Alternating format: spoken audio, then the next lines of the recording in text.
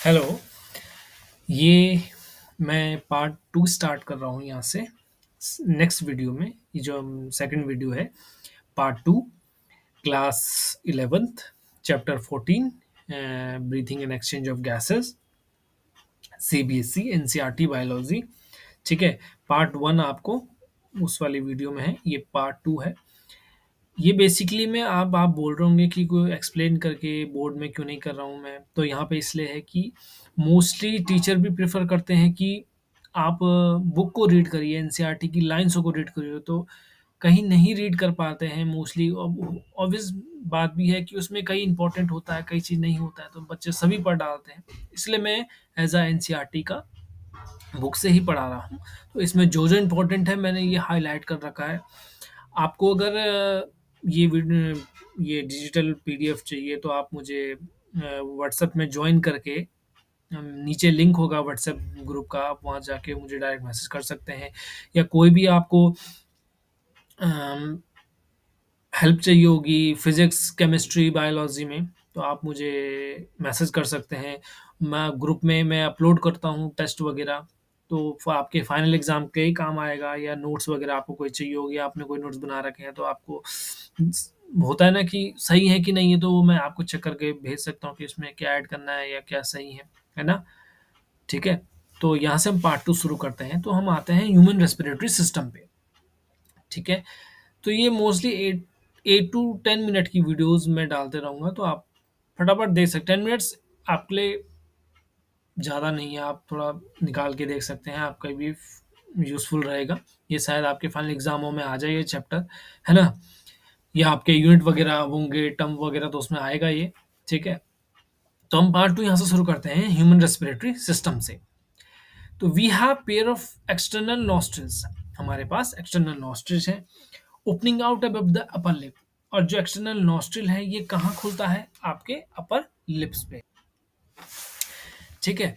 Upper lips पे ये आपके ओपन होता है। ठीक है। इट लीड टू नसल चैम्बर।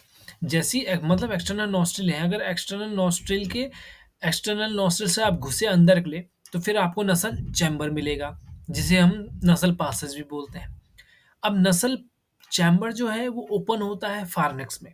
नसल चैम्बर क्या है? वो ओपन होता है फार्नेक्स में। और जो फार्नेक्स है, फार्नेक्स को हम कॉमन पासेस बोलते हैं। फार्नेक्स को हम बोलते हैं कॉमन पासेस। किस चीज का?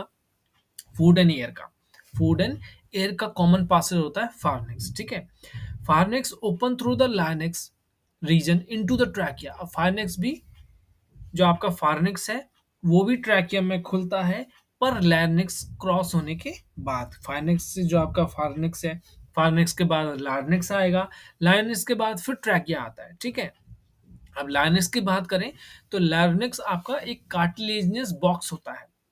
ठीक है। और वो मदद करता है साउंड को प्रोड्यूस करने में, इसलिए लार्निक्स को आप साउंड बॉक्स भी बोलते हो, है ना? बोलते हो ना, लार्निक्स को बोलते हैं ना साउंड बॉक्स, क्यों बोलते हैं? वो साउंड प्रोड्यूस करता है। अब ड्यूरिंग स्वेलोइंग, जब आप घूटते हो, खाना घूटा या पानी घूटा, कोई भी चीज घूटते हो, तो जो ग्लॉटिस होता है ना, उसको कवर करा जाता है एक थिन इलास्टिक कार्टिलेजिनस फ्लैप से, जिसे बोलते हैं एपिग्लॉटिस।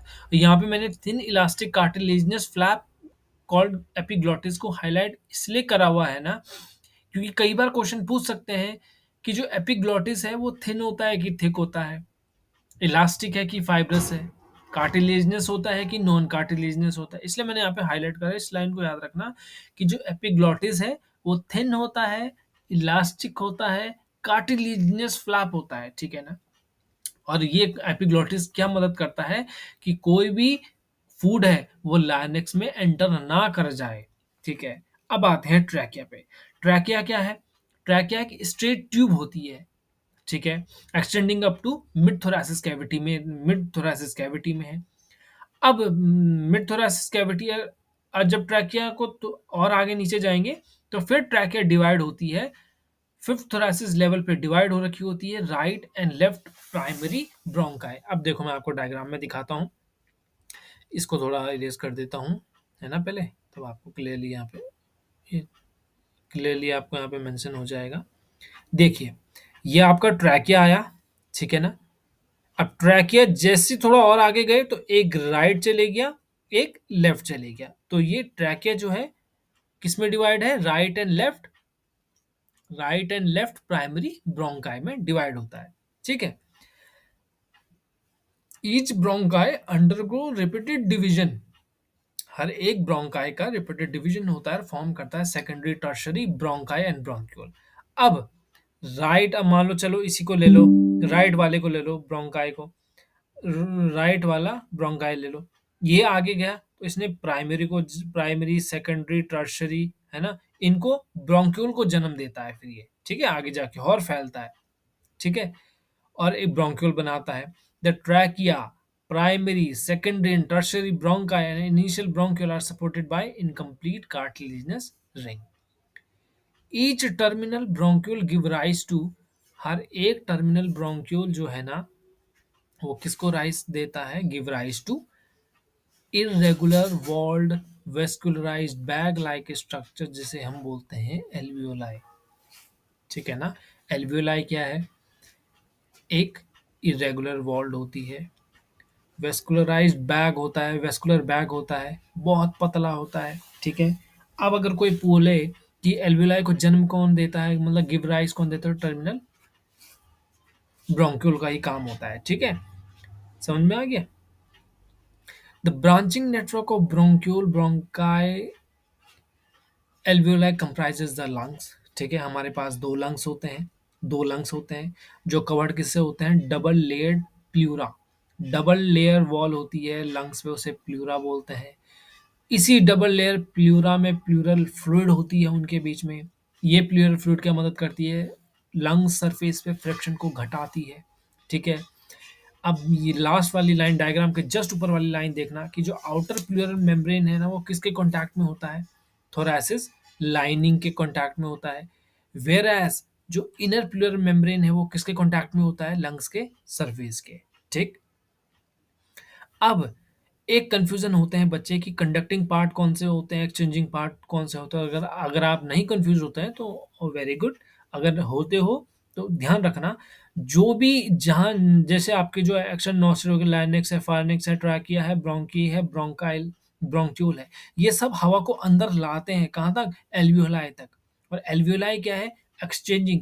तो याद रखना, कंडक्टिंग पार्ट हमारे एक्सटर्नल नॉस्ट्रल है, लाइनेक्स है, फार्निक्स है, ट्रैकिया है, ब्रोंकाई है, ब्रोंक्यूल है, ये सारा कंडक्टिंग पार्ट है, क्योंकि ये हवा को बस अंदर तक पहुंचाता है और कुछ नहीं करता है। ये खाली बस ह्यूमिडिफाई कर देता है और थोड़ा हवा को साफ करता है और कुछ नहीं करता है। और एक्सचेंजिंग पार्ट क्या होता है, एल्वियोलाई है, क्योंकि वहीं गैस का एक्सचेंज होता है ना। Exchange part is the site of actual diffusion of O2 and CO2। जो एक्चुअल डिफ्यूजन होता है ना, एक्सचेंजिंग पार्ट एक्चुअल डिफ्यूजन वो एल्वियोलाई में होता है। और ये जो डिफ्यूजन होता है ना O2 और CO2 का, किसके बीच में होता है, ब्लड और टिश्यू के बीच में, ध्यान रखना। ठीक है, ब्लड एंड टिश्यू के बीच में। अब ये वाला जो पॉइंट है यहाँ पे मैंने स्टार मार्क करा हुआ है, ये देखना, ये वाला ये। ठीक है। तो ये लंग्स की पोजीशन बता रखी है यहाँ पे कि लंग्स सिचुएटेड होता है थोरासिस चैम्बर में, एनाटॉमिकली एयरटाइट चैम्बर में है। थोरासिस चैम्बर इस फॉर्म डॉर्सली, जो थोरासिक चैम्बर है पीछे से वर्टिब्रल कॉलम से फॉर्म होता है। वेंट्रली मतलब आगे से, फ्रंट से स्टर्नम है। लिटरली माने साइड से, लंग्स के साइड में रिब्स हैं। और लोअर साइड डायफ्राम में, मैं आपको डायग्राम में दिखा देता हूँ फटाफट। ये देखिए जो चेन चेन सा डायग्राम दिख रहा है ना, ये लिटरली आपकी रिब्स हैं लंग्स के। ठीक है, ये रेड आपको पूरा बीच में लंग्स दिख रहा है। ये नीचे से लोअर साइड से देखिए, जो पाइप सा लगा है ना, ये डायफ्राम है। स्टर्नम यहीं फ्रंट में, स्टर्नम जो है ना यहीं होती है फ्रंट में ये। ठीक है, समझ में आया। ये सब आपका, यहाँ तक मैं आपका पार्ट 2 में एंड करता हूँ। और ये जो रेस्पिरेशन इन्वॉल्व फॉलोइंग स्टेप है ना, इसको आप रीड कर लेना, ये ज़्यादा कुछ है नहीं। हाँ, बस यहाँ पे जो 5th पॉइंट मैंने हाईलाइट करा है ना, इसको ध्यान रखना कि जब यूटिलाइजेशन होता है O2 का, किसके द्वारा, सेल्स से, और जब सेल यूज़ करते हैं, और क्यों सेल भी क्यों यूज़ करता है ऑक्सीजन को, कैटाबॉलिक रिएक्शन को। और ये पूरी रिएक्शन आप पढ़ोगे अपने चैप्टर नंबर 12 में जब आगे आएगा। ठीक है, थैंक यू, इसको पूरा देखिएगा। कुछ भी दिक्कत होगी तो आप व्हाट्सएप ग्रुप को ज्वाइन करिए, मुझे व्हाट्सएप में मैसेज कर देना कहीं भी समझ नहीं आया। और इससे आगे का पार्ट 3rd में मैं कंटिन्यू करूँगा। Thank you.